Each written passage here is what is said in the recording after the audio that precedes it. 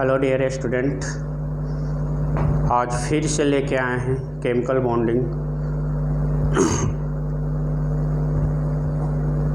Fifth number video है, ठीक ना। इसमें हम पढ़ेंगे factors affecting ionic bond. Fourth number video में मैंने एक्सप्लेन किया था आयनिक बॉन्ड क्या होता है, आयनिक बॉन्ड कैसे बनता है, किसके किसके बीच में बनता है, इलेक्ट्रोनेगेटिविटी डिफरेंस क्या होना चाहिए आयनिक बॉन्ड फॉर्मेशन के लिए। उसके बाद पढ़े थे कोवैलेंट बॉन्ड के बारे में, क्या होता है covalent bond, covalent bond coordinate bond के बारे में पढ़े थे, क्या होता है कोऑर्डिनेट बॉन्ड, ठीक ना। कोऑर्डिनेट बॉन्ड का कंडीशन क्या होता है, कोऑर्डिनेट बॉन्ड को कब डबल बॉन्ड में कन्वर्ट कर सकते हैं, ठीक ना। तो इस तरह के तमाम जानकारी हमने पिछले वीडियो में लिया था। अब जो एक्सप्लेन करने जा रहे हैं वो है फैक्टर्स अफेक्टिंग आयनिक बॉन्ड। वो कौन कौन सा फैक्टर है जो कि आयनिक बॉन्ड को प्रभावित करता है। तो सबसे पहला देखते हैं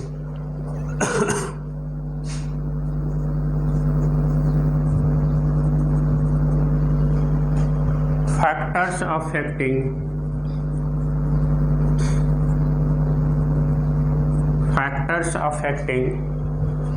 आयनिक बॉन्ड।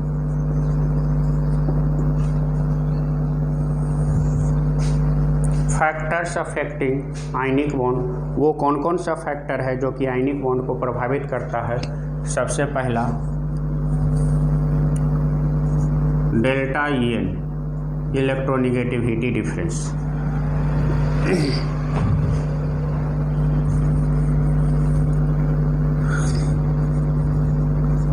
आयनिक कैरेक्टर डायरेक्टली प्रोपोर्शनल होता है डेल्टा EN के। आपको पहले भी बता चुके थे कि आयनिक character directly proportional delta EN और covalent character inversely proportional delta EN, ठीक ना। जैसे यहाँ पर देखते हैं एग्जाम्पल के तौर पर NaCl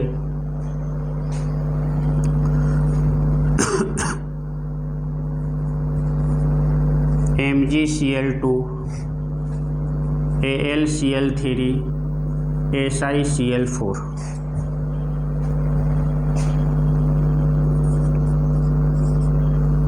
NaCl Na2S Na3P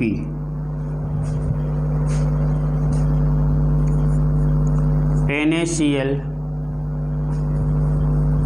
MgS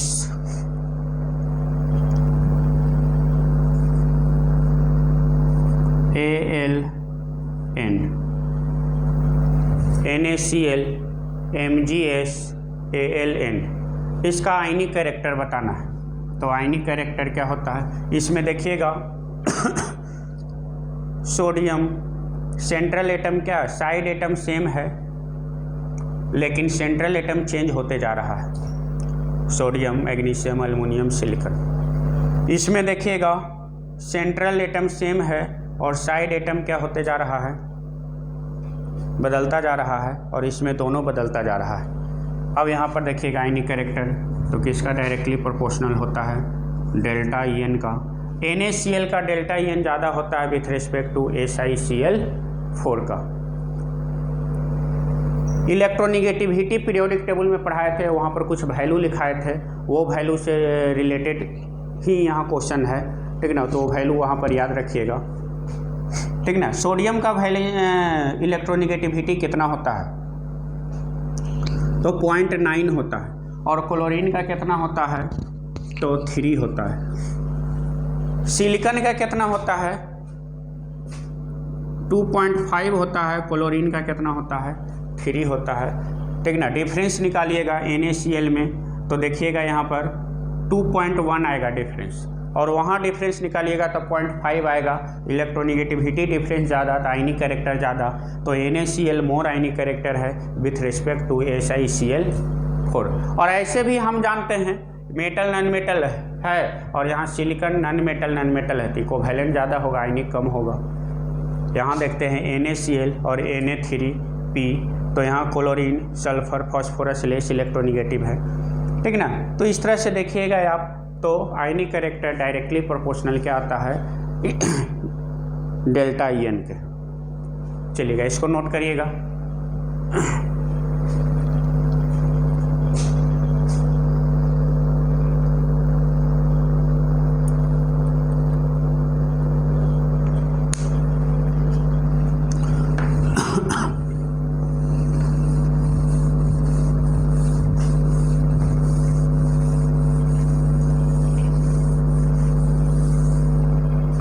second factor देखते हैं आईपी। आईपी बोले तो पूरा नाम होता है आयोनाइजेशन पोटेंशियल। आईपी का पूरा नाम आयोनाइजेशन पोटेंशियल। ठीक ना। क्या होता है आयोनाइजेशन पोटेंशियल? पहले तो आयोनाइजेशन पोटेंशियल के बारे में समझिए, उसके बाद समझेंगे आयोनाइजेशन पोटेंशियल, आयोनाइजेशन एनर्जी या आयोनाइजेशन इंथैल्पी, तीनों का मतलब सेम होता है। क्या होता है आयोनाइजेशन एनर्जी? तो सिंपल वे में याद रखिएगा, ठीक ना। शॉर्टकट में हम बता रहे हैं कि आउटर मोस्ट सेल से किसी एक आइसोलेटेड एटम में, सिंगल एटम के आउटर मोस्ट सेल से एक इलेक्ट्रॉन को निकालने में जो एनर्जी खर्च होता है वही क्या कहलाता है? आयोनाइजेशन एनर्जी कहलाता है। ठीक ना। क्या कहलाता है? आयोनाइजेशन एनर्जी कहलाता है। और एक सिंगल एटम के आउटर मोस्ट सेल से एक इलेक्ट्रॉन को निकालने में जो एनर्जी खर्च होता है वही क्या कहलाता है? आयोनाइजेशन एनर्जी कहलाता है। ठीक ना। एक इलेक्ट्रॉन को निकाल देंगे तो इस एटम पर क्या आ जाएगा? पॉजिटिव चार्ज आ जाएगा। ठीक ना। तो आयोनाइजेशन एनर्जी के पश्चात क्या कैटायन बनता है? तो देखते हैं यहाँ पर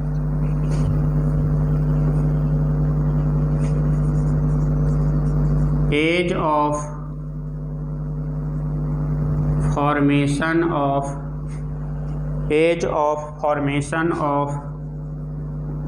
कैटायन इनवर्सली प्रोपोर्शनल क्या होता है? आईपी का ease of formation of cation. Ease of formation of cation का मतलब क्या होता है? कैटायन के बनने का दर, रेट। ठीक ना। केमिस्ट्री के लैंग्वेज में रेट को एज लिखते हैं। तो ease of formation of cation, cation के बनने का दर क्या होता है? इन्वर्सली प्रोपोर्शनल टू आईपी होता है। जैसे यहाँ पर देखते हैं sodium, magnesium, aluminium, silicon. Sodium, magnesium, aluminium और सिलिकॉन पीरियड का एलिमेंट है। इधर से इधर जाएंगे, लेफ्ट टू राइट जाते हैं, तो आईपी का वैल्यू जो होता है वो कितना, आईपी का वैल्यू जो होता है वो बढ़ता है कि घटता है? तो बढ़ता जाता है। इधर से इधर जाएंगे तो आईपी क्या होता जाएगा? इंक्रीज करता जाएगा।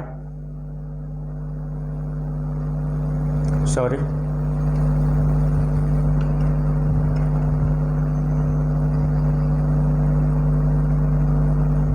आईपी इंक्रीज करता जाएगा।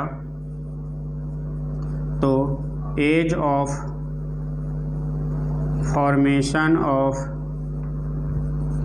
Cation, sodium, magnesium, aluminium, silicon,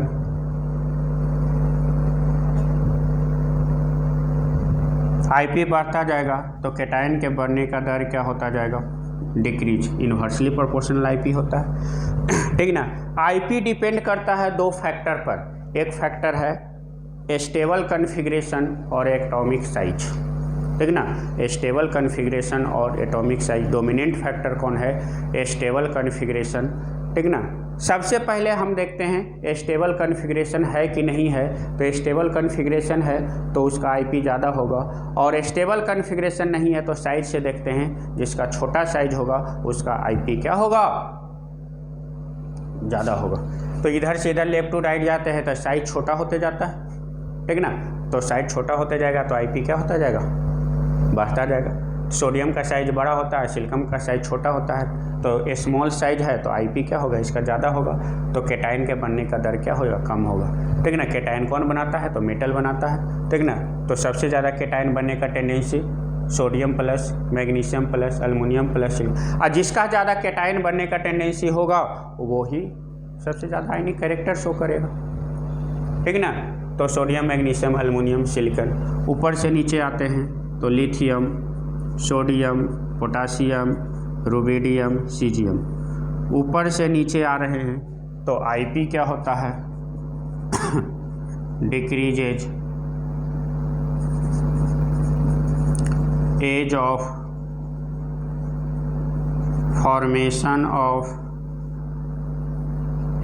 formation of cation क्या होगा, इंक्रीजेज। तो मोस्ट फ्रीक्वेंटली केटायन कौन बनाएगा, सीजियम प्लस, मोस्ट मेटालिक है, सीजियम प्लस मोस्ट मेटालिक है, ठीक ना। तो केटायन बनने का दर इसका ज़्यादा होगा। आईपी ऊपर से जाते हैं तो साइज को जो बढ़ता जाता है तो आईपी घटता जाएगा, ठीक ना। तो ऊपर से नीचे केटायन बनने का दर बढ़ता जाएगा और लेफ्ट टू राइट पीरियड में जाएंगे तो क्या होगा, घटता जाएगा, ठीक ना। तो ये आईपी से रिलेटेड कुछ पॉइंट था, ठीक ना। आयनिक कैरेक्टर को आईपी जो है वो कैसे प्रभावित करता है, ठीक ना। तो आयनिक कैरेक्टर का इन्वर्सली प्रोपोर्शनल आईपी होता है, जो कि आपको एक्सप्लेन किया विथ एग्जांपल। नेक्स्ट देखते हैं इलेक्ट्रॉन एफिनिटी, थर्ड फैक्टर, इसको नोट करिएगा।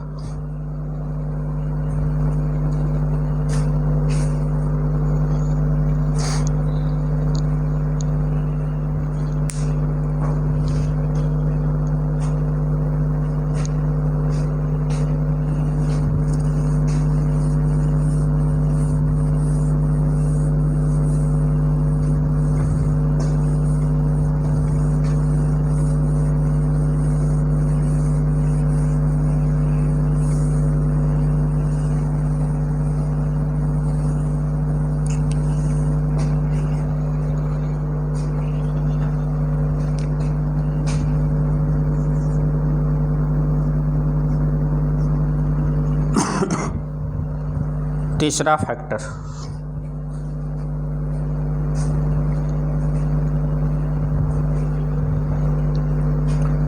Electron affinity.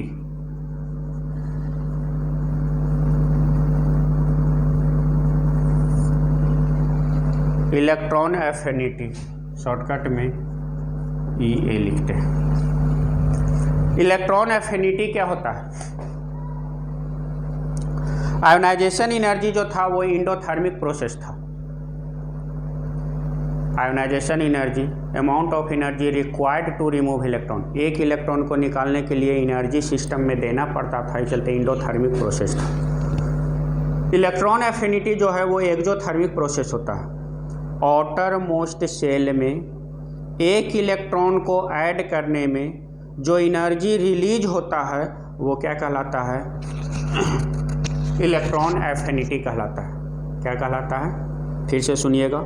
Outer most shell में, किसी आइसोलेटेड गैसियस एटम के आउटर मोस्ट सेल में एक इलेक्ट्रॉन को ऐड करने में जो एनर्जी रिलीज होता है वो क्या कहलाता है, इलेक्ट्रॉन एफिनिटी कहलाता है। तो ये एक्सोथर्मिक प्रोसेस होता है। फर्स्ट इलेक्ट्रॉन एफिनिटी जो होता है वो मैक्सिमम कंडीशन में एक्सोथर्मिक प्रोसेस होता है, लेकिन रेयरली फर्स्ट इलेक्ट्रॉन एफिनिटी भी इंडोथर्मिक प्रोसेस होता है। मेनली 2 ग्रुप में होता है, कौन कौन, सेकेंड ए ग्रुप और इनर्ट गैस में। सेकेंड ए ग्रुप और इनर्ट गैस में first electron affinity endothermic process होता है, बाकी सभी ग्रुप में एक्सोथर्मिक प्रोसेस होता है। सेकेंड इलेक्ट्रॉन एफिनिटी हमेशा इंडोथर्मिक प्रोसेस होता है, ठीक ना। डिटेल में तो नहीं जाएंगे, यहाँ पर इलेक्ट्रॉन एफिनिटी पढ़ाया हुआ है, ठीक ना, या इलेक्ट्रॉन एफिनिटी का जब वीडियो बनाएंगे वहाँ पर एक्सप्लेन करेंगे। Electron affinity second electron affinity हमेशा इंडोथर्मिक प्रोसेस होता है, लेकिन फर्स्ट इलेक्ट्रॉन एफिनिटी 2 ग्रुप को छोड़ के सेकेंड ए ग्रुप जिसको अल्केलाइन अर्थ मेटल के नाम से जानते हैं, और इनर्ट गैस 18th ग्रुप को छोड़ के, ठीक ना, सभी एक्सोथर्मिक होता है, और ये दोनों में क्या होता है, इंडोथर्मिक होता है, ठीक ना। तो इलेक्ट्रॉन एफिनिटी को कैसे डिफाइन किए, आउटर मोस्ट सेल में एक इलेक्ट्रॉन को ऐड करने में जो एनर्जी रिलीज होता है वो इलेक्ट्रॉन एफिनिटी। तो किसी भी एटम के आउटर मोस्ट सेल में एक इलेक्ट्रॉन आप ऐड करिएगा तो उस पर कौन सा चार्ज आएगा, निगेटिव चार्ज आएगा। यानी यहाँ पर लिखेंगे क्या, एज ऑफ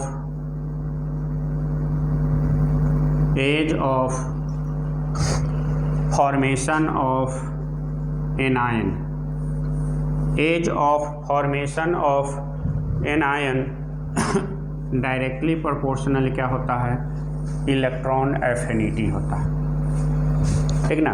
आयोनाइजेशन एनर्जी के इन्वर्सली प्रोपोर्शनल और इलेक्ट्रॉन एफिनिटी के डायरेक्टली प्रोपोर्शनल। जैसे NOF, nitrogen 7, oxygen 8, fluorine 9, nitrogen के नीचे आता है फास्फोरस, सल्फर, क्लोरीन। इधर से इधर लेफ्ट टू राइट जाते हैं तो इलेक्ट्रॉन एफिनिटी वैल्यू क्या होता है, increases, electron affinity increases, ease of formation of anion भी क्या होगा, increases, ease of formation of anion भी क्या होगा, इंक्रीजेज, एन आयन के बनने का दर भी क्या होगा, बढ़ता जाएगा, इलेक्ट्रॉन एफिनिटी बढ़ेगा तो ease of formation of anion भी क्या होगा, increases, left to right period में जाएंगे तो, ठीक ना। तो ease of formation of anion directly proportional क्या होता है, इलेक्ट्रॉन एफिनिटी। इसको नोट करिएगा, उसके बाद एक्सप्लेन करते हैं नेक्स्ट फैक्टर।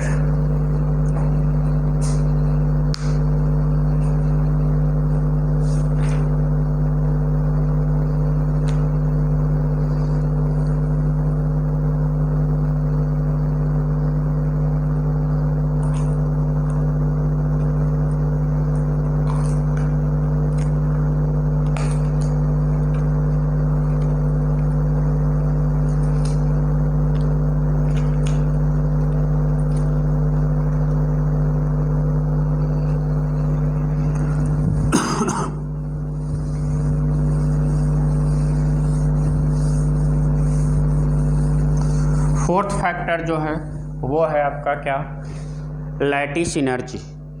फोर्थ फैक्टर क्या है, lattice energy.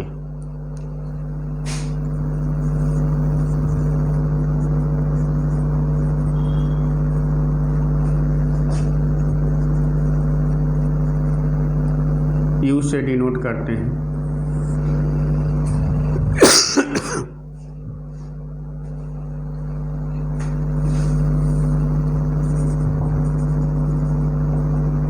Stability of crystal और स्ट्रेंथ ऑफ आयनिक बॉन्ड, दोनों का मतलब सेम होता है, ठीक ना। डायरेक्टली प्रोपोर्शनल होता है लैटिस एनर्जी, यूज के डायरेक्टली प्रोपोर्शनल क्या होता है, lattice energy.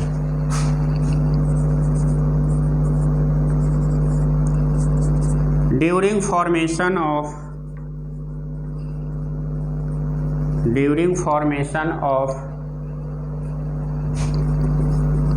Ionic bond, during formation of ionic bond energy released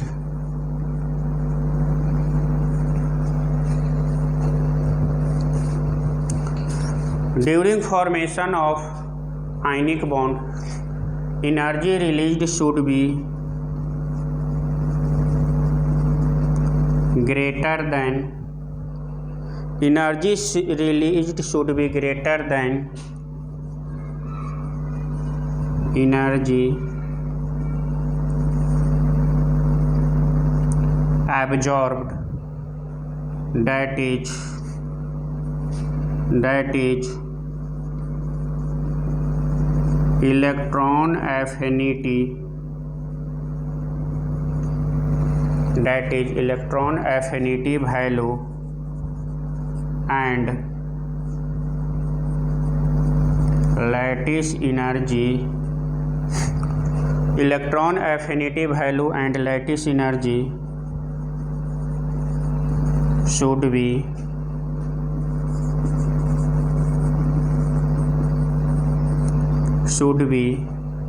greater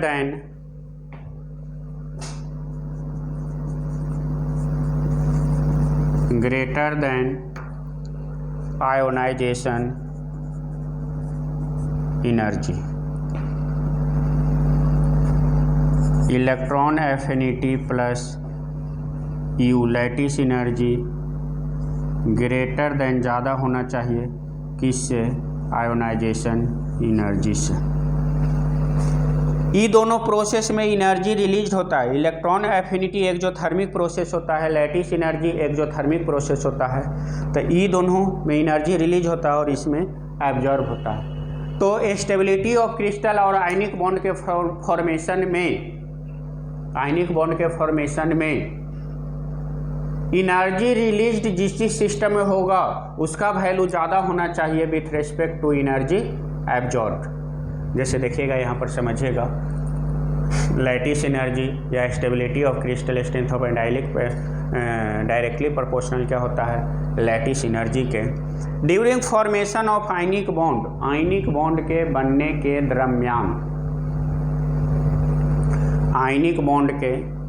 के दरम्यान energy released should be greater than energy absorb. जौन से फैक्टर में एनर्जी रिलीज्ड होता है उसका वैल्यू ज़्यादा होना चाहिए जिसमें एनर्जी एब्जॉर्ब होता है। जिस फैक्टर में एनर्जी रिलीज्ड होता है उसका वैल्यू ज़्यादा होना चाहिए किसके रेस्पेक्ट में? जिस फैक्टर के में एनर्जी क्या होता है? एब्जॉर्ब होता है। ठीक ना? तो energy released should be greater than energy absorb, that is electron affinity value and lattice energy. Electron affinity में एनर्जी रिलीज होता है, लैटिस एनर्जी में एनर्जी रिलीज होता है। शुड बी ग्रेटर देन क्या होना चाहिए? Ionisation energy. Electron affinity plus lattice energy greater than क्या होना चाहिए? आयोनाइजेशन एनर्जी के। ठीक ना? और ऐसे भी आप जानते हैं कि आयनिक बॉन्ड का यदि एनर्जी कम होगा तो वो मोर स्टेबल होगा। तो एनर्जी कब कम होगा? जब सिस्टम से एनर्जी रिलीज होगा। लेस एनर्जी मोर स्टेबल पढ़ाए हैं ना? ठीक ना? तो एनर्जी कम होगा तो स्टेबिलिटी ज़्यादा होगा। तो आयनिक बॉन्ड के फॉर्मेशन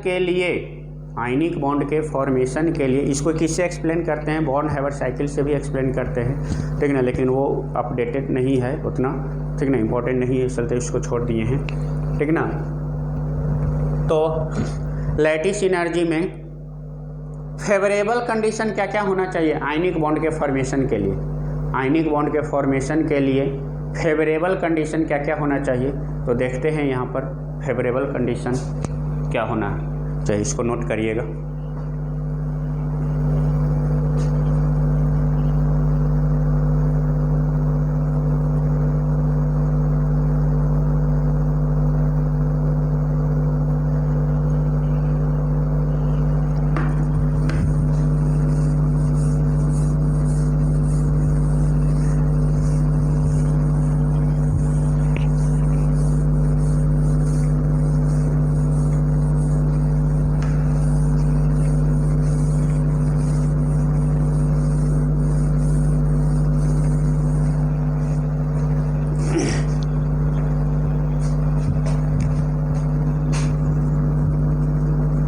समरी देख लेते हैं कि आयनिक बॉन्ड के फॉर्मेशन में सूटेबल कंडीशन क्या क्या होना चाहिए। 4 फैक्टर आपको बताए हैं, electronegativity difference, ionisation energy, electron affinity और लैटिस एनर्जी। ठीक ना? तो सूटेबल कंडीशन क्या है उसका कंडीशन देख लेते हैं समरी। तो पहला देखते हैं delta E N.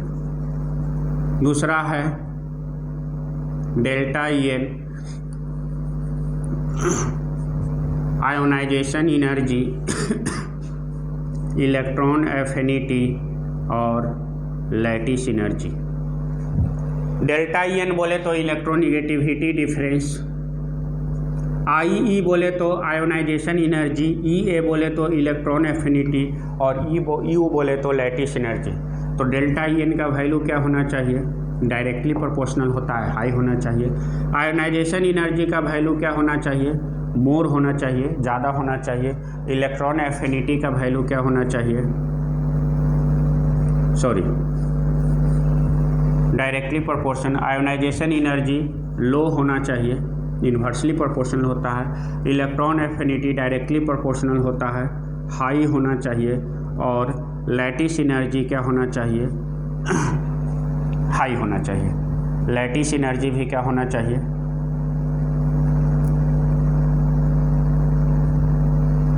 Lattice energy high होना चाहिए। आयोनाइजेशन एनर्जी का वैल्यू क्या होना चाहिए? केवल लो होना चाहिए। तो ये कंडीशन है आयनिक बॉन्ड के फॉर्मेशन के लिए। डेल्टा EN डायरेक्टली प्रोपोर्शनल होता है आयनिक बॉन्ड का। आयोनाइजेशन एनर्जी इन्वर्सली प्रोपोर्शनल होता है, चलते इसका वैल्यू मिनिमम होना चाहिए। इलेक्ट्रॉन एफिनिटी डायरेक्टली प्रोपोर्शनल होता है, तो आयनिक बॉन्ड के लिए हाई होना चाहिए। लैटिस एनर्जी क्या होना चाहिए? हाई होना चाहिए। तो ये कुछ फैक्टर है जिसको कि आप लोग याद रखिएगा, ठीक ना, कि आयनिक बॉन्ड के फॉर्मेशन में क्या क्या चीज़ ज़रूरी पड़ता है। अब देखते हैं इसके बाद फैक्टर्स अफेक्टिंग लैटिस एनर्जी। वो कौन कौन सा फैक्टर है जो कि लैटिस एनर्जी को प्रभावित करता है, तो इसको नोट कर लीजिएगा, उसके बाद उसको एक्सप्लेन करते हैं।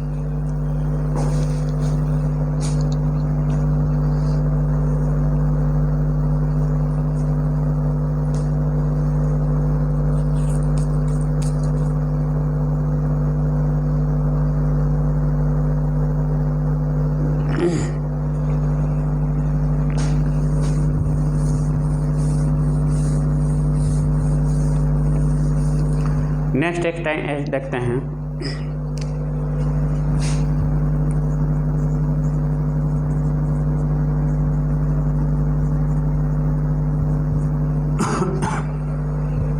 Factors affecting lattice energy. Next point है, बहुत इम्पोर्टेंट है, लैटिस एनर्जी से हमेशा क्वेश्चन आता है। तो देखते हैं फैक्टर्स अफेक्टिंग लैटिस एनर्जी। वो कौन कौन सा फैक्टर है जो कि लैटिस एनर्जी को प्रभावित करता है? वो कौन कौन सा फैक्टर है जो कि लैटिस एनर्जी को प्रभावित करता है? तो पहला सा फैक्टर है size of ions.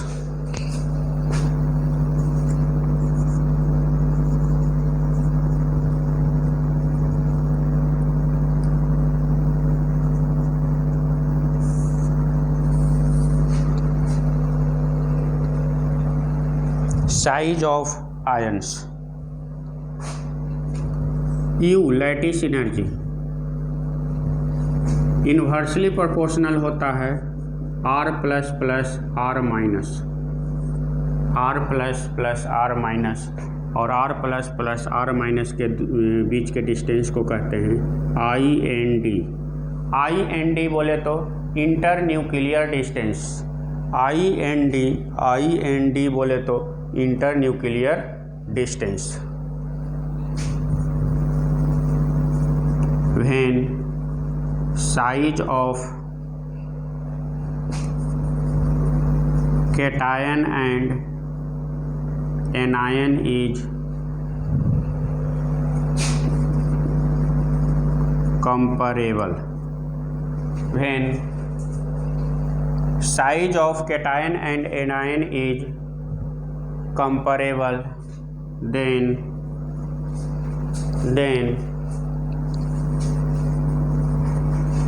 molecule will be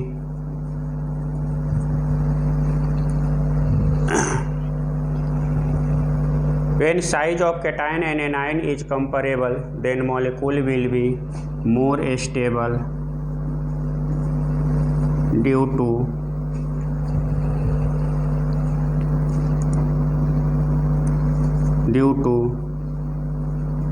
equal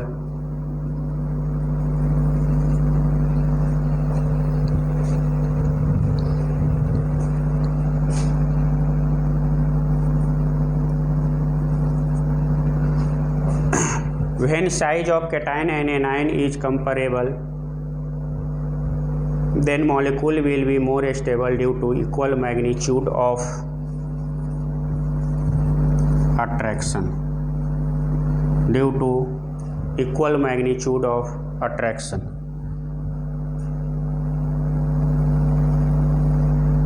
जैसे देखिएगा यहाँ पर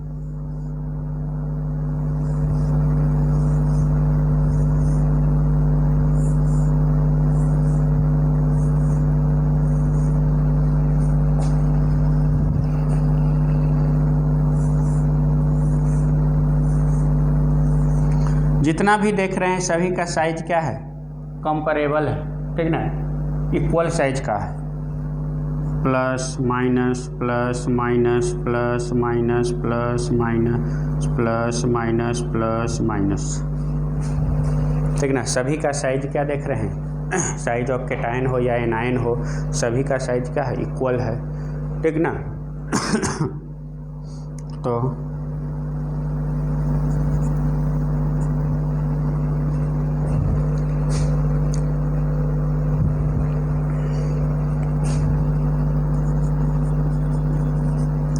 equal size of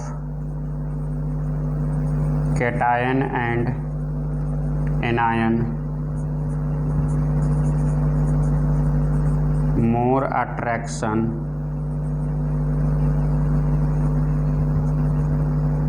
और more attraction होगा तो क्या होगा, more stable, more यू बोले तो lattice energy. Size of ions, lattice energy inversely proportional होता है इंटरन्यूक्लियर डिस्टेंस के, जितना छोटा साइज होगा उतना ही ज़्यादा लैटिस एनर्जी होगा। When size of cation and anion is comparable then molecule will be more stable. Cation और एनायन का साइज अप्रोक्सीमेटली सेम होगा तो दोनों के बीच में अट्रैक्शन ज़्यादा होगा, और अट्रैक्शन ज़्यादा होगा तो मॉलिक्यूल मोर स्टेबल ज़्यादा होगा। तो ही लिखे हैं equal size of cation and anion, more attraction होगा तो मोर स्टेबल, तो क्या होगा, मोर लैटिस एनर्जी होगा, ठीक ना। यदि अनइक्वल साइज होगा तो अनइक्वल मैग्नीट्यूड ऑफ अट्रैक्शन होगा तो मॉलिक्यूल क्या होगा, अनस्टेबल होगा। तो उसको देखते हैं, पहले इसको लिख लीजिएगा।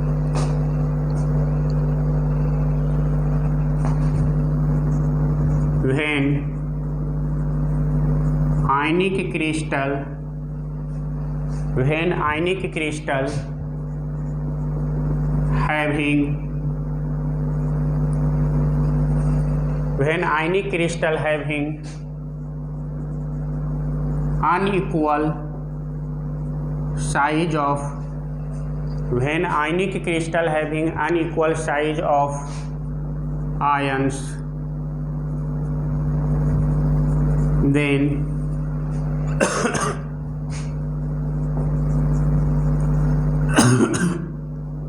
molecule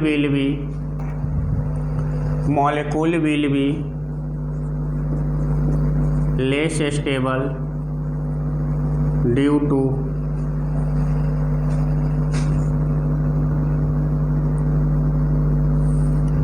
when ionic crystal having unequal size of ions, then molecule will be less stable.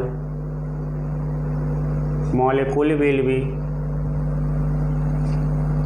Less stable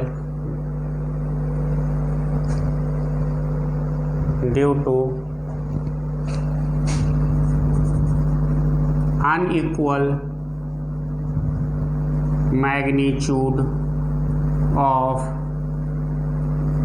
repulsion. Unequal magnitude of repulsion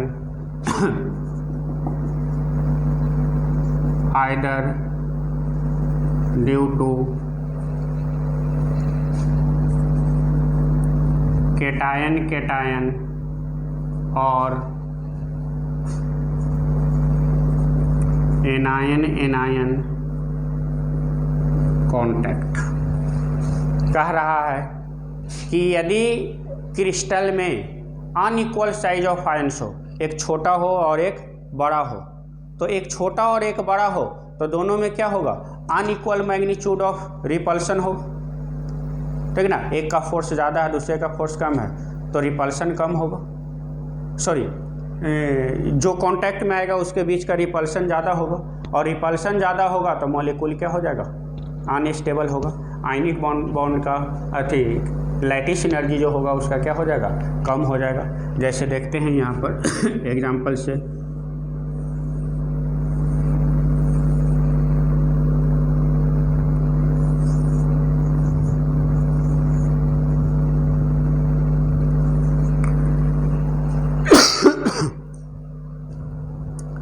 इस तरह से रहे, ये हो गया plus minus plus minus plus minus plus minus.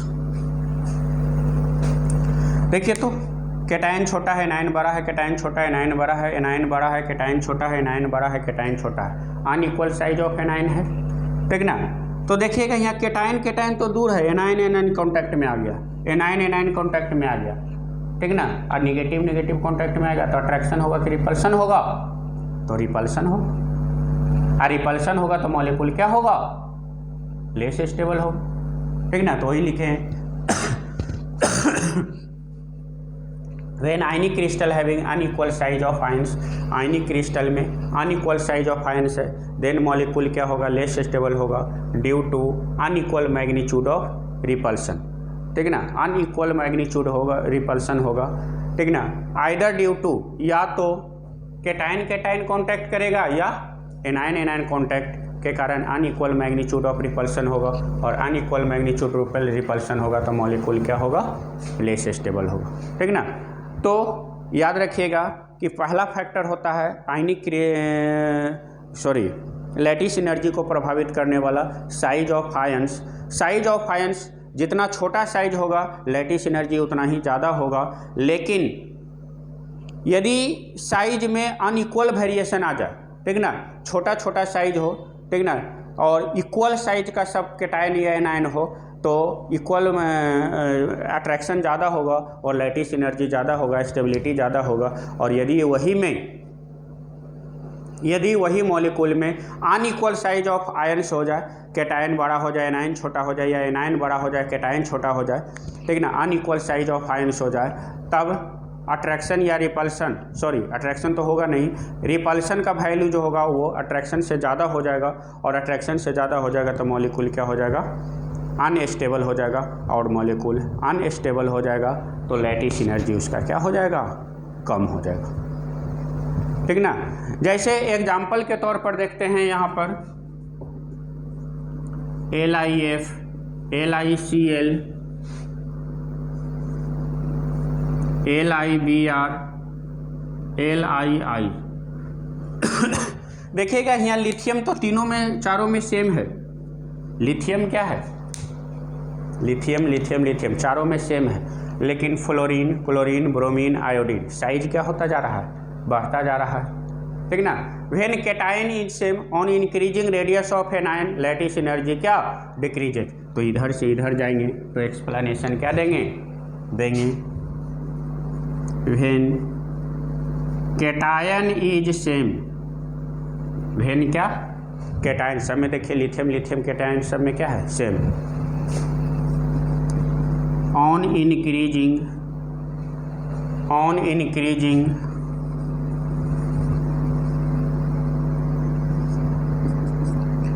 Radius of anion, on increasing radius of anion lattice energy decreases।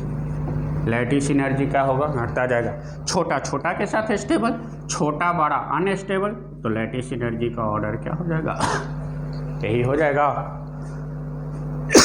चलिएगा, इसको note करिएगा। उसके बाद और एग्जाम्पल देखते हैं इसमें।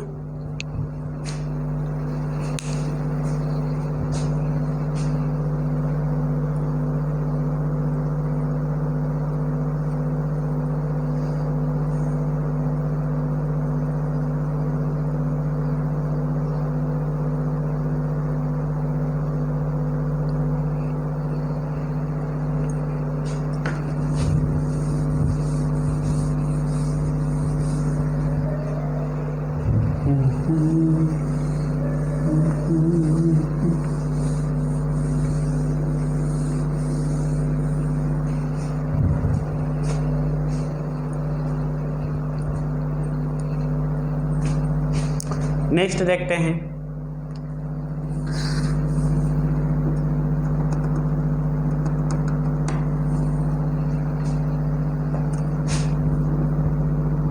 LiCl, LiF, NaF,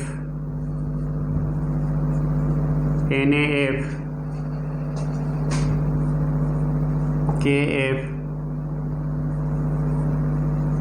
RBF, CSF। यहाँ पर देखिएगा डिजाइन नहीं बना रहे हैं, ठीक ना। Lithium, sodium, potassium, rubidium, caesium. देखिएगा इस बार कैटायन का साइज बढ़ता जा रहा है। LiF, NaF, KF, RBF, CS। देखिएगा लिथियम छोटा लिखे हैं, उससे बड़ा सोडियम लिखे हैं, उससे बड़ा पोटासियम लिखे हैं, उससे बड़ा रुबिडियम और उससे बड़ा क्या लिखे हैं, सीजियम। लेकिन सभी में फ्लोरीन का साइज क्या है, सेम है ना। तो क्या लिखेंगे इस बार, when anion is same, when anion is same on increasing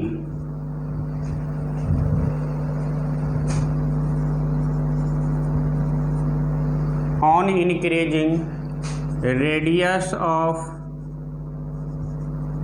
cation, on increasing radius of cation, cation का साइज बढ़ता जा रहा है, या ऑन इंक्रीजिंग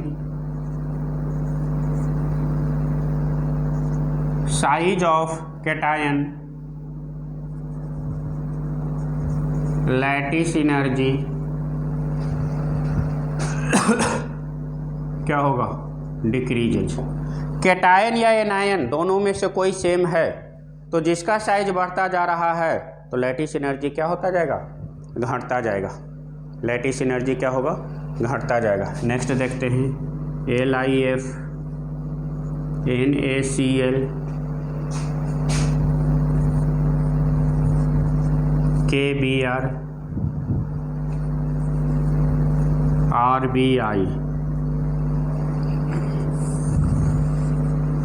यहाँ देखिएगा कैटायन और एनायन दोनों बढ़ता जा रहा है, कैटायन और एनायन दोनों बढ़ता जा रहा है। जैसे लिथियम और फ्लोरीन दोनों देखिए छोटा है, सोडियम और क्लोरीन दोनों का साइज बढ़ा, पोटासियम और ब्रोमीन दोनों का साइज बढ़ा, रुबिडियम और आयोडीन सबसे बड़ा। तो यहाँ कैटायन और एनायन दोनों बढ़ रहा है, तब कैसे चेक करेंगे, तो इंटरन्यूक्लियर डिस्टेंस से चेक करेंगे। और इंटरन्यूक्लियर डिस्टेंस के क्या होता है, इन्वर्सली प्रोपोर्शनल। तो क्या लिखेंगे, इंटरन्यूक्लियर डिस्टेंस इंक्रीजेज, तो लैटिस एनर्जी क्या होगा, डिक्रीजेज। इंटरन्यूक्लियर डिस्टेंस इंक्रीजेज, तो लैटिस एनर्जी क्या होगा, डिक्रीजेज होगा, ठीक ना। तो लैटिस एनर्जी पूछेगा आपसे, क्वेश्चन पूछेगा कि LiF और NaCl दोनों में से लैटिस एनर्जी किसका ज़्यादा होगा, ठीक ना। दोनों में मोर स्टेबल कौन होगा, तो क्या बोलेंगे, LiF। क्यों बोलेंगे, क्योंकि इसका इंटरन्यूक्लियर डिस्टेंस क्या है, कम है, साइज क्या है, कम है, साइज क्या है इसमें, छोटा है। समझ में आ गया। तो ये किस पर डिपेंड करता है, इंटरन्यूक्लियर डिस्टेंस पर डिपेंड करता है। LiF, NaCl, KBr और RBI, ठीक ना। तो इंटरन्यूक्लियर डिस्टेंस साइज पर डिपेंड करता है, साइज छोटा तो लैटिस एनर्जी साइज पर डिपेंड करता है, साइज छोटा इंटरन्यूक्लियर डिस्टेंस कम तो लैटिस एनर्जी ज़्यादा। और किस पर डिपेंड करता है, एक एग्जांपल और देखिए तो यहाँ पर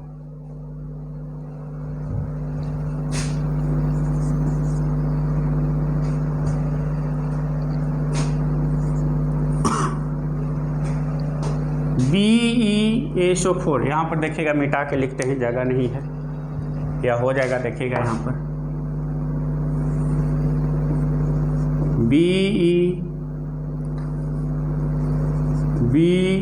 BeSO4, बेरिलियम छोटा है, सल्फेट बड़ा है, और BaSO4, बेरियम बड़ा है, सल्फेट बड़ा है, ठीक ना। लैटिस एनर्जी का ऑर्डर बताना है, ऑर्डर ऑफ लैटिस एनर्जी, किसका ऑर्डर बताना है, लैटिस किसका ज़्यादा होगा, तो BaSO4 का ज़्यादा होगा। क्यों? क्योंकि equal size of cation and anion है, बड़ा बड़ा है, ठीक ना, तो इसमें अट्रैक्शन ज़्यादा होगा, तो लैटिस एनर्जी क्या होगा, ज़्यादा होगा। ये अनइक्वल साइज है और अनइक्वल साइज होगा तो इसमें रिपल्सन ज़्यादा होगा, और रिपल्सन ज़्यादा होगा तो लैटिस एनर्जी क्या होगा, कम होगा। कैसे पहचानेंगे कि कौन सा एनायन छोटा है और कौन बड़ा है, तो देखिएगा यहाँ पर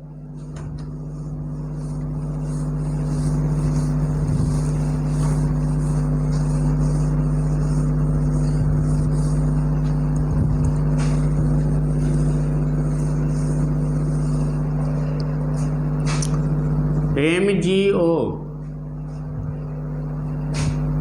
और BaO, लैटिस एनर्जी किसका ज़्यादा होगा, लैटिस एनर्जी का ऑर्डर बताना है। तो देखिएगा मैग्नीशियम छोटा, ऑक्सीजन छोटा, छोटा छोटा के साथ स्टेबल, बेरियम बड़ा और ऑक्सीजन क्या छोटा, तो किसका ज़्यादा होगा लैटिस एनर्जी तो MgO का ज़्यादा होगा।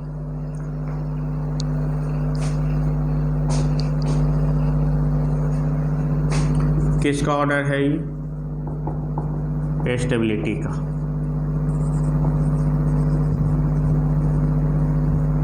स्मॉल एनायन कौन कौन सा होगा, H minus, O2 minus, N3 minus, F minus, carbides, इसमें क्या होता है, स्मॉल होता है, ETC।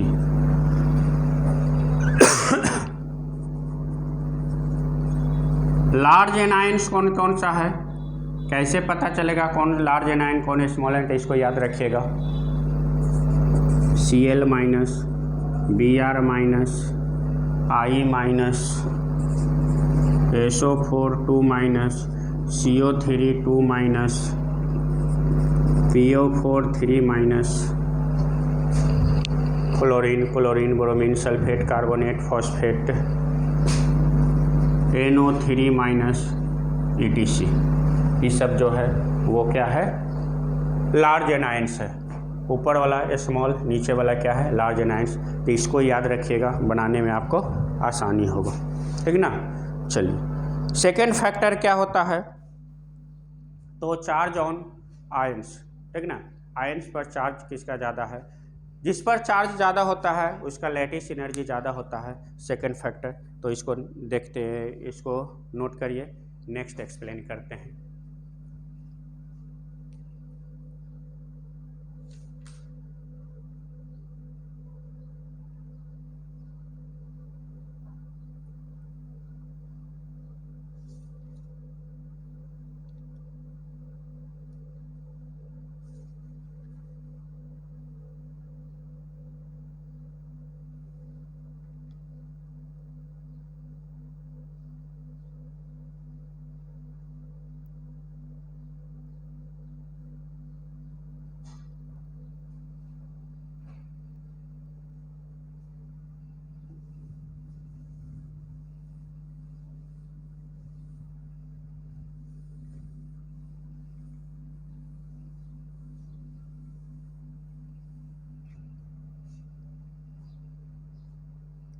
नेक्स्ट सेकेंड फैक्टर है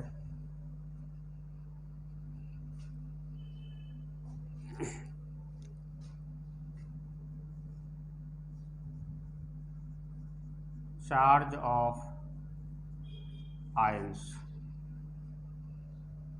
लैटिस एनर्जी डायरेक्टली प्रोपोर्शनल होता है Z प्लस या Z माइनस, प्लस चार्ज हो या माइनस चार्ज हो, ठीक ना, उसका क्या होता है,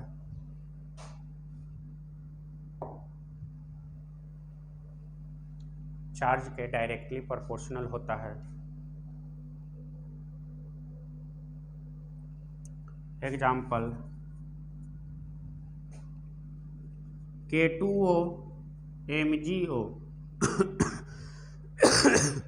K2O और MgO दोनों में बताना है कि लैटिस एनर्जी किसका ज़्यादा है। तो देखिए, तो पोटासियम पर एक चार्ज होता है गुना ऑक्सीजन पर 2, कितना होगा 2। मैग्नीशियम पर 2 चार्ज होता है, ऑक्सीजन पर 2, दूना कितना 4। किस पर चार्ज ज़्यादा है, तो इस पर है। तो लैटिस एनर्जी किसका ज़्यादा होगा, MgO का। K2O और MgO किसका ज़्यादा होगा, तो MgO का। क्यों, क्योंकि उस पर चार्ज क्या है, ज़्यादा है।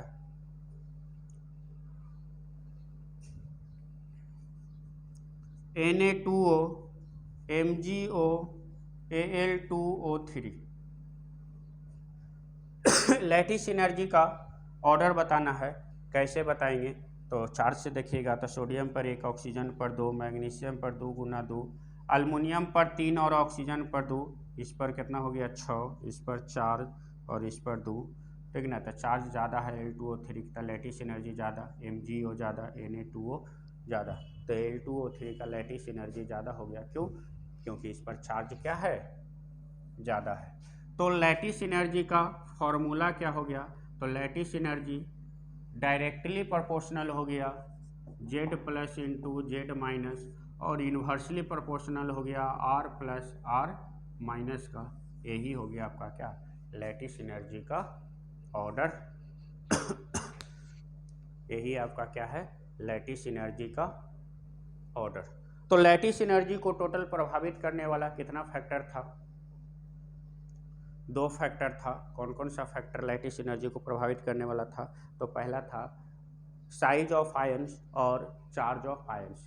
साइज ऑफ आयंस यानी इंटरन्यूक्लियर डिस्टेंस के इन्वर्सली प्रोपोर्शनल होता है, और चार्ज ऑफ आयंस के डायरेक्टली प्रोपोर्शनल होता है, ठीक ना। तो ये 2 फैक्टर था, इसको एक्सप्लेन करिए, इंपॉर्टेंट है, ठीक ना, इसको ध्यान रखिएगा। नेक्स्ट है,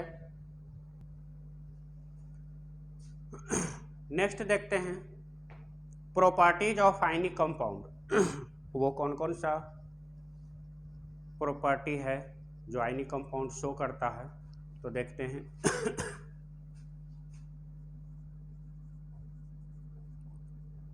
प्रॉपर्टीज ऑफ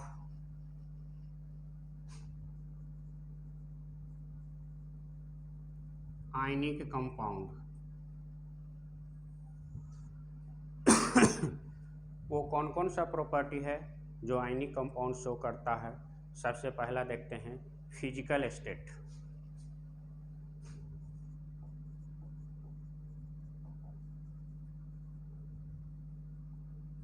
फिजिकल स्टेट कहने का मतलब क्या है, भौतिक अवस्था, ठीक ना। 2 प्रॉपर्टी होता है, एक फिजिकल और एक केमिकल। फिजिकल किसको कहते हैं, जिसमें एक्सटर्नल बिहेवियर में चेंजिंग आ जाए, और केमिकल किसको कहते हैं, जिसमें इंटरनल बिहेवियर में चेंजिंग आ जाए, ठीक ना।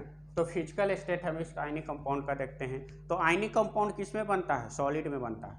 आयनिक कंपाउंड किस में बनता है, सॉलिड में। तो सॉलिड का क्या क्या प्रॉपर्टी होता है आप लोग जानते ही हैं, ठीक ना। तो यहां पर देखते हैं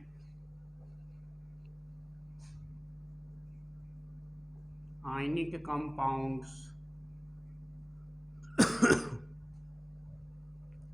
ionic compounds at room temperature, ठीक ना। जिसका भी स्टडी करेंगे किस पर करेंगे, eight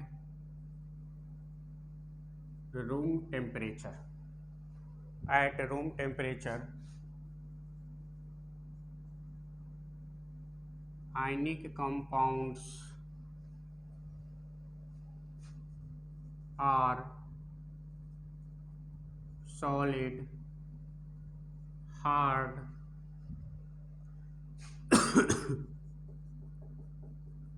brittle and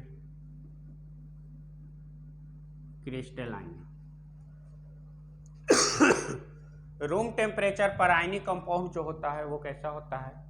solid form में होता है, हार्ड होता है, काढ़ा छूने में महसूस होगा, ब्रिटल जिसको पटकिएगा तो एक से ज़्यादा टुकड़ा में टूट जाए, ठीक ना, ब्रिटल का मतलब होता है टूटने फूटने वाला होता है, और क्रिस्टलाइन यानी छोटे छोटे दाना के फॉर्म में होगा, ठीक ना, छोटे छोटे दाना के फॉर्म में होगा। तो eight room temperature ionic compounds कैसा होता है? सॉलिड होता है, हार्ड होता है, ब्रिटल होता है, और क्या होता है? क्रिस्टलाइन होता है। और क्या होता है नेक्स्ट देखते हैं।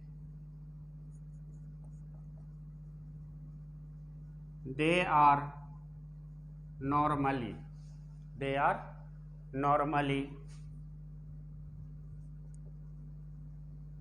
डायामैग्नेटिक। दे आर नॉर्मली कैसा होता है? डायामैग्नेटिक एंड कलरलेस, कोई कलर नहीं होता है। आयनिक कंपाउंड जो होता है वो नॉर्मली कैसा होता है? डायामैग्नेटिक होता है, और क्या होता है? कलरलेस। डायामैग्नेटिक एंड कलरलेस होता है ड्यू टू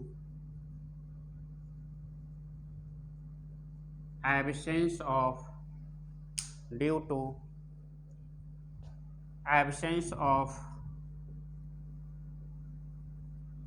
अनपेयर्ड इलेक्ट्रॉन, ठीक ना। अनपेयर्ड इलेक्ट्रॉन नहीं होने के कारण, कैसा होता है? डायामैग्नेटिक होता है, और डायामैग्नेटिक जो भी कंपाउंड होता है वो कैसा होता है? कलरलेस होता है। They are non volatile and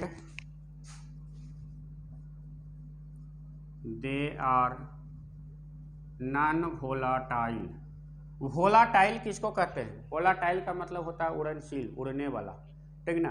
तो आयनिक कंपाउंड नॉन वोलाटाइल होता है, नहीं उड़ने वाला होता है। तो they are non volatile and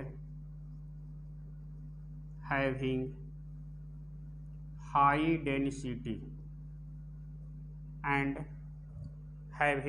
density they are non-volatile and having high density due to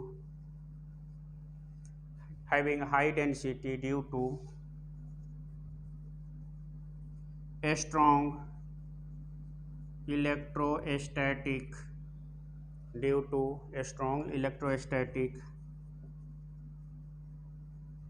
attraction force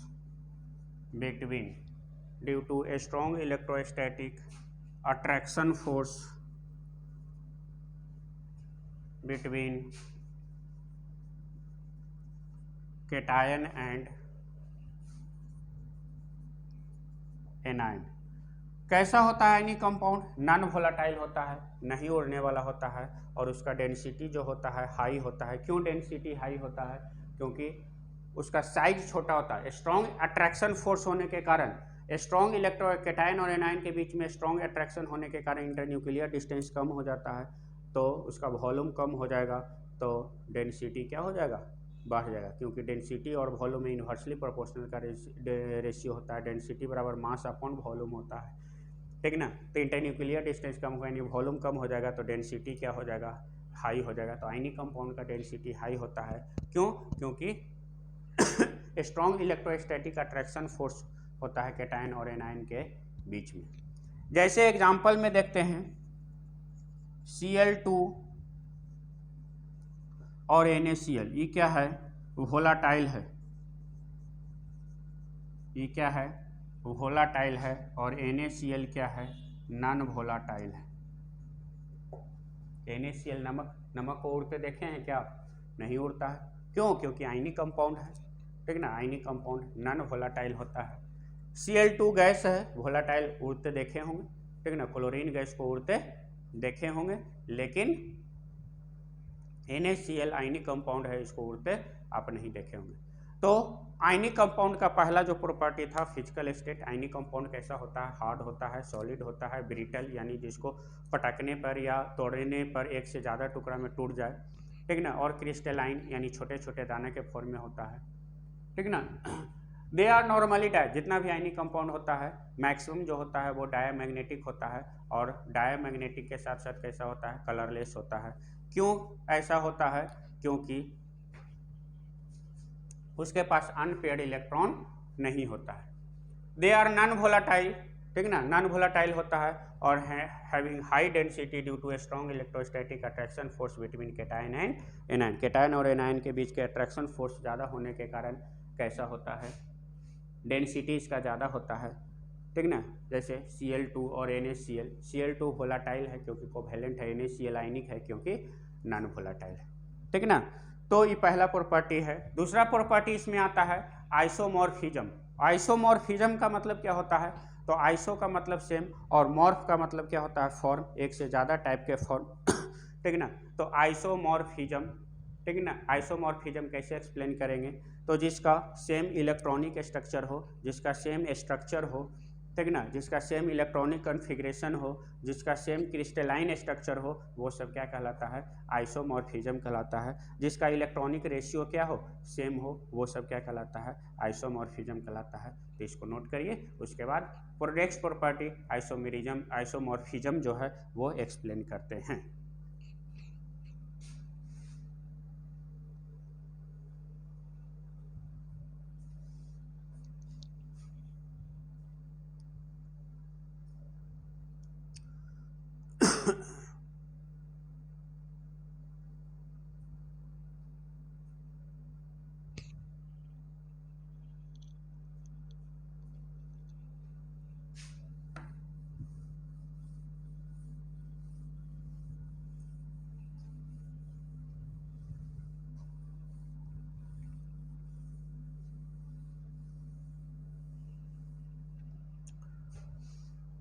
चलिए,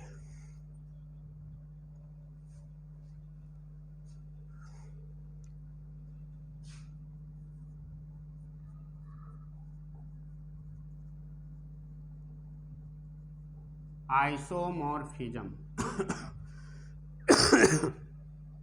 isomorphism, iso plus morphism, iso का मतलब सेम और मॉर्फिज्म का मतलब क्या होता है, रूप, ठीक ना। कैसे एक्सप्लेन करेंगे, टू और मोर आयनिक कंपाउंड, टू और more ionic compound may be isomorph, two or more ionic compound may be isomorph if they have same crystal structure or same electronic structure of their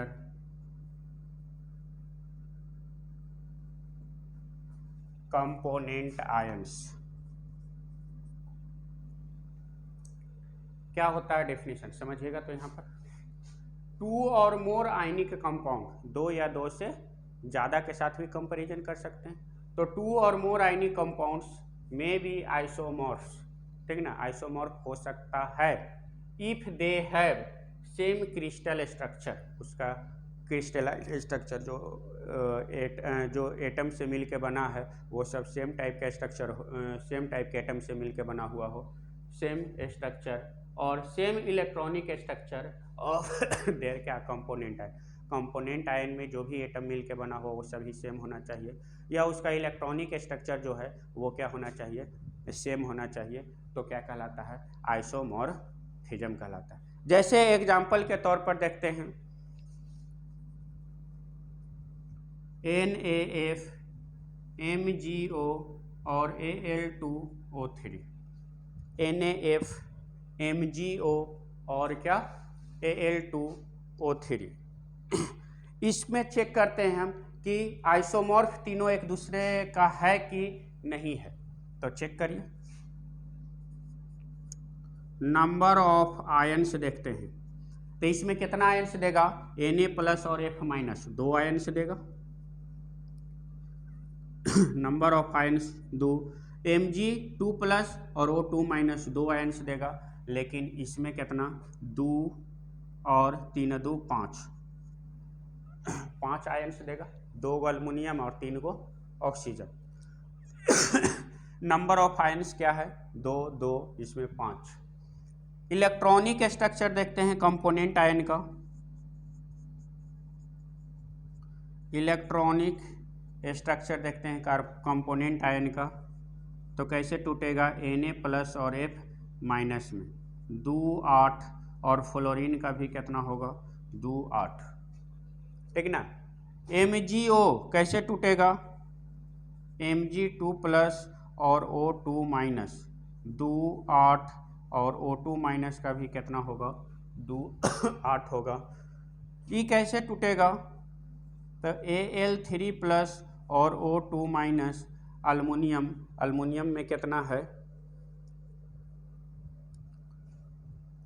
2 8, और इसका भी क्या होगा 2 8। यहाँ पर देखिएगा, 1 minute. Al2O3 number of ions 5, इसको नहीं दूसरे से कंपैरिजन करवाते हैं। CaCl2 से करवाइए, तो 3 आयंस है, कैल्शियम 2+ और Cl-, इसका हो जाएगा 2 8, कैल्शियम का 20 होता है, तो 2 8 8 8 8 16 17 18 2 20, इसका हो जाएगा 18, तो 2 8 8।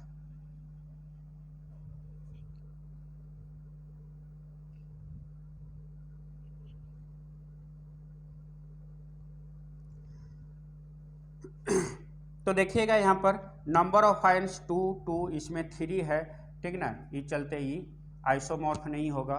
E और E एक दूसरे का आइसोमॉर्फ है, लेकिन CaCl2 एक दूसरे का आइसोमॉर्फ नहीं है। क्यों, क्योंकि इसमें नंबर ऑफ आयंस जो है वो क्या है, अल्टर है, नंबर ऑफ आयंस इसमें ज़्यादा आ रहा है, इसलिए NaF MgO एक दूसरे का आइसोमॉर्फ है। लेकिन MgO जो CaCl2 जो है वो आइसोमॉर्फ नहीं है। क्यों,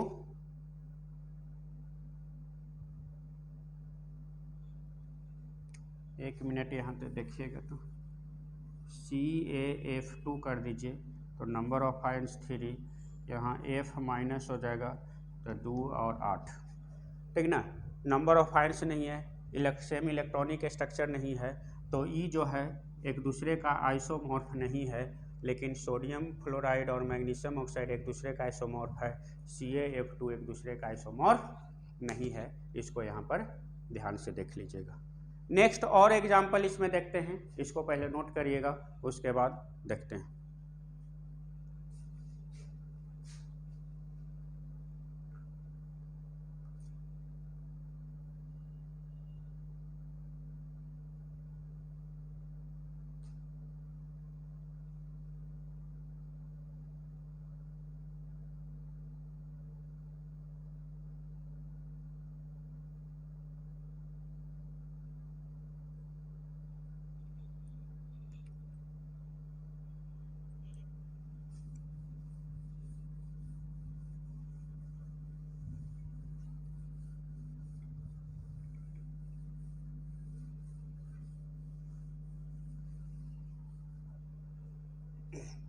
नेक्स्ट एग्जाम्पल देखते हैं, CaO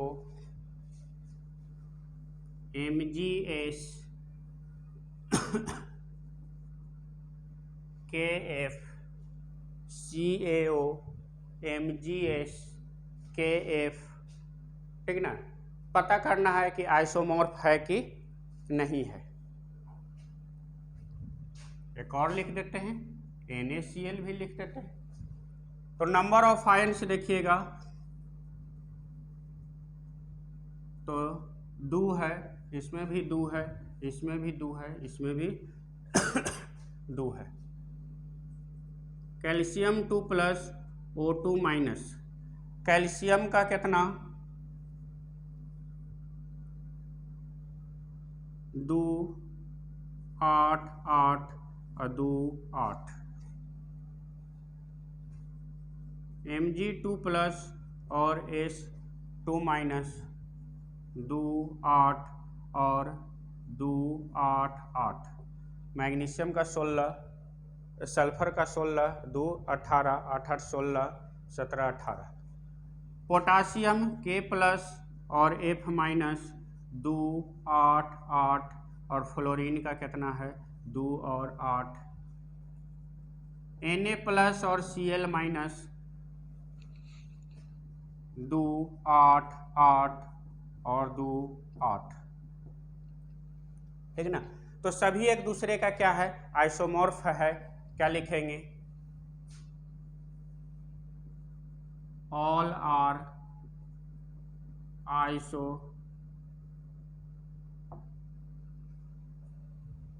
आइसोमॉर्फ, सभी में इलेक्ट्रॉनिक स्ट्रक्चर सेम है, सभी में नंबर ऑफ आयन्स सेम है, इसीलिए सब क्या होगा एक दूसरे का आइसोमॉर्फ्स होगा। All types of alum, all types of alum, जितना भी टाइप का एलम है, all types of alum are isomorphs, all types of alums are isomorph due to same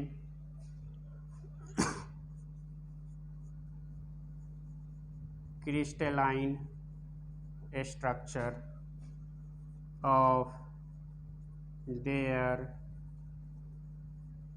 component ions. All types of alum are isomorphs, जितना type के alum, alum का मतलब जानते होंगे फिटकिरी को कहते हैं, ठीक ना। तो एक पोटाश एलम होता है, एक क्या बोलता है पोटाश एलम, एक होता है स्यूडो एलम, ठीक ना। इस सब एलम का टाइप है। तो वो सब जो एलम है सभी आइसोमॉर्फ होता है एक दूसरे का, क्योंकि उसका क्रिस्टलाइन स्ट्रक्चर क्या होता है सबका सेम होता है। चलिए इसको नोट करिएगा, देखते हैं एलम का फॉर्मूला क्या होता है उसके हिसाब से।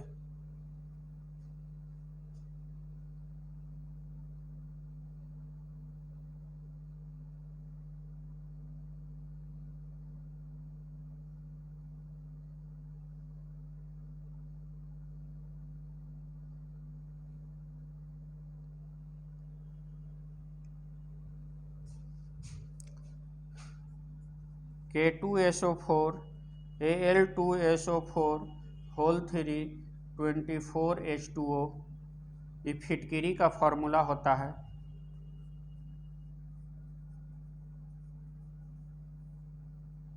फिटकिरी का फॉर्मूला है, एलम है, के मेटल है तो मेटल के जगह पर एम ले लेते हैं, तो M2SO4 whole 3 24H2O common form है। एम के जगह पर मोनोवैलेंट एटम जैसे सोडियम आ सकता है, सोडियम एलम, पोटेशियम है तो पोटाश एलम हो जाएगा। M2 ट्राईवैलेंट एटम है जिसके जगह पर Fe3+ आ सकता है, Al3+ आ सकता है, ठीक ना।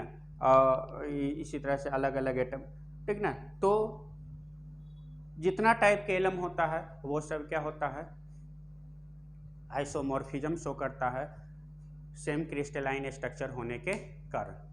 तो आयनिक कंपाउंड का दो प्रॉपर्टी एक्सप्लेन किया मैंने, एक फिजिकल प्रॉपर्टी और एक आइसोमॉर्फिज्म। आयनिक कंपाउंड का कंडक्टिविटी के बारे में बताना है। आयनिक कंपाउंड जो होता है वो कंडक्टिव होता है कि नहीं होता है, एक्वस सॉल्यूशन में होता है, वाटर या क्या बोलता है उसको फ्यूज्ड कंडीशन में होता है, ठीक ना। तो इस सब चीज़ के बारे में नेक्स्ट वीडियो में एक्सप्लेन करेंगे। इसके कंडक्टिविटी बहुत इंपॉर्टेंट है, तो कंडक्टिविटी से रिलेटेड इसका जो भी पॉइंट होगा वो नेक्स्ट वीडियो में एक्सप्लेन करते हैं। आज इतने ही तक, ठीक ना। Thank you.